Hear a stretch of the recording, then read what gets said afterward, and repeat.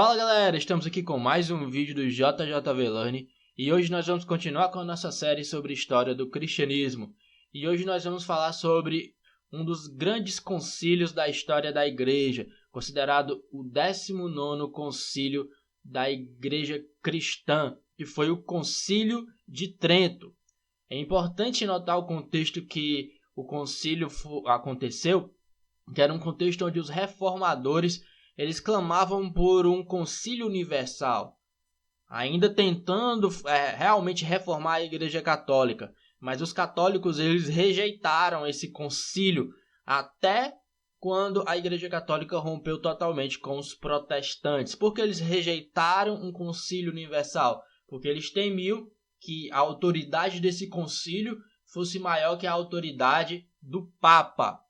Até que o Papa Paulo III, depois do rompimento definitivo com os protestantes, ele decidiu que um concílio universal ocorresse. Como o imperador Carlos V tinha muita influência sobre Roma, foi ele que determinou a cidade que ocorreria esse concílio. Ele queria que esse concílio ocorresse numa cidade que ele dominasse. Por isso o norte da Itália foi escolhido. Paulo III queria que esse concílio fosse em cidades onde o Papa dominasse. Mas acabou que o Carlos V que conseguiu vencer esse embate. Então por isso foi a cidade escolhida, Trento. Esse concílio ele começou em 1545. Ele, a priori, o objetivo era discutir as ideias protestantes, discutir todas as doutrinas católicas e discutir os costumes do clero. Só que, por causa desse embate entre Carlos V e Paulo III, em 1547, esse concílio foi suspenso.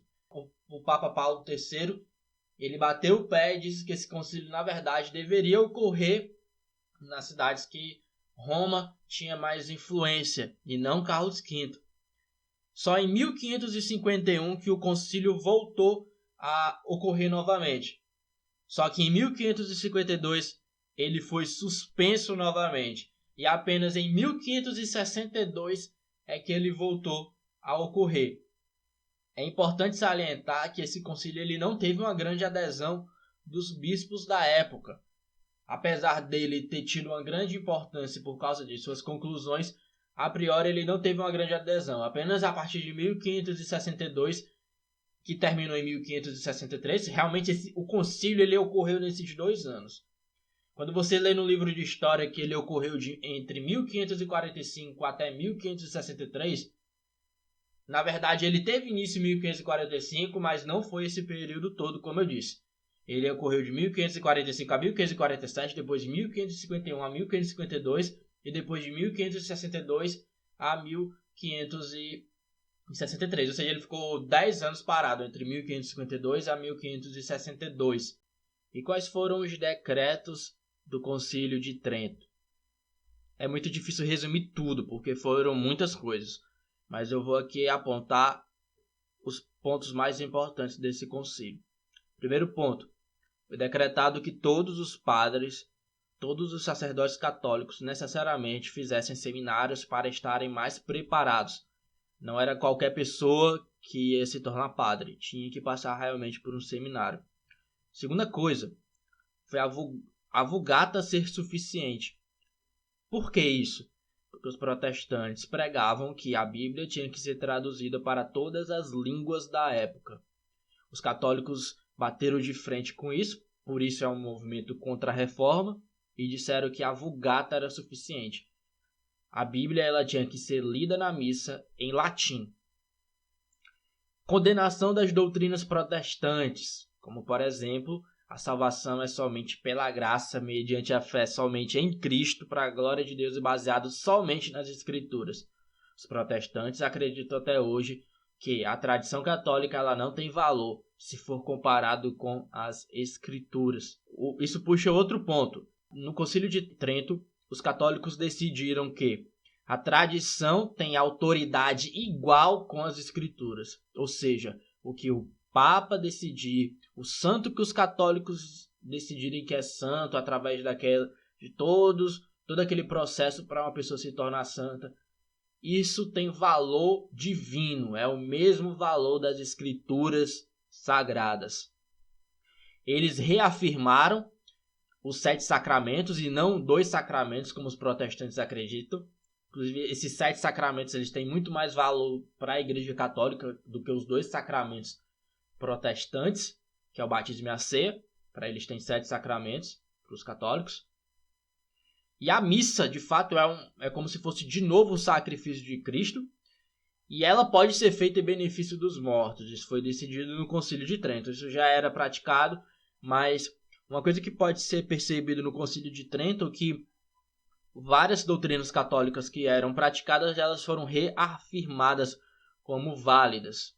Outra coisa que os católicos decidiram no Concílio de Trento é que não era necessário que na missa todos bebessem do vinho. Bastasse comer do pão, bastasse comer da hóstia.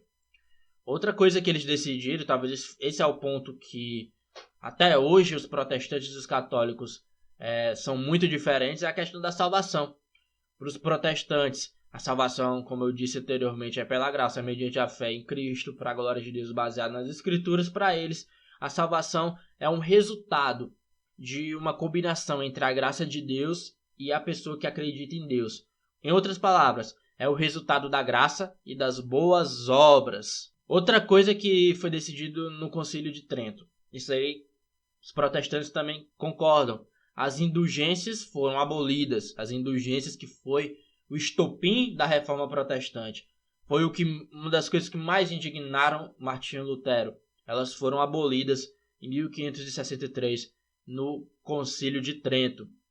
Foi decidido que a missa toda fosse feita em latim, independente das pessoas, de nenhuma pessoa entender latim fora os sacerdotes, mas mesmo assim eles decidiram que a missa tinha que ser feita em latim. E outra coisa que eles decidiram era que somente a Igreja Católica tem a interpretação correta das Escrituras. Eles temiam que qualquer pessoa tivesse acesso à Bíblia e comparasse a Bíblia com a tradição católica e deixasse de ser católico. E isso ocorreu por boa parte da Europa a partir de 1517. E até hoje os protestantes, hoje nem tanto, os protestantes perderam muito espaço, até porque o cristianismo está perdendo muito espaço na Europa para o islamismo e para o ateísmo. Mas mesmo assim os protestantes até hoje influenciaram com as universidades que eles criaram, com a ênfase na educação, com a ênfase nas escrituras. Inclusive se inspirou também a ideia de constituição, que os cristãos protestantes acreditam que existe uma base, um fundamento, até por isso hoje os protestantes também são chamados de fundamentalistas. Muitos que chamam os protestantes de fundamentalistas falam de forma pejorativa, mas na verdade é um fundamento. O fundamento dos protestantes é o sola scriptura, basta a escritura, a palavra de Deus, a revelação de Deus está toda nas escrituras. E isso é uma das grandes diferenças que ficaram mais enfatizadas com o Concílio de Trento. Ou seja, com o Concílio de Trento, o abismo entre a Igreja Católica e a Igreja Protestante cresceu mais ainda. Se você gostou desse vídeo, dá um like. Se ainda não é inscrito no nosso canal, se inscreve, ativa o sininho para ficar a par de tudo que a gente vai postar aqui, porque aqui a gente não posta só sobre teologia, a gente posta sobre diversos assuntos. E até a próxima, galera. Tchau, tchau!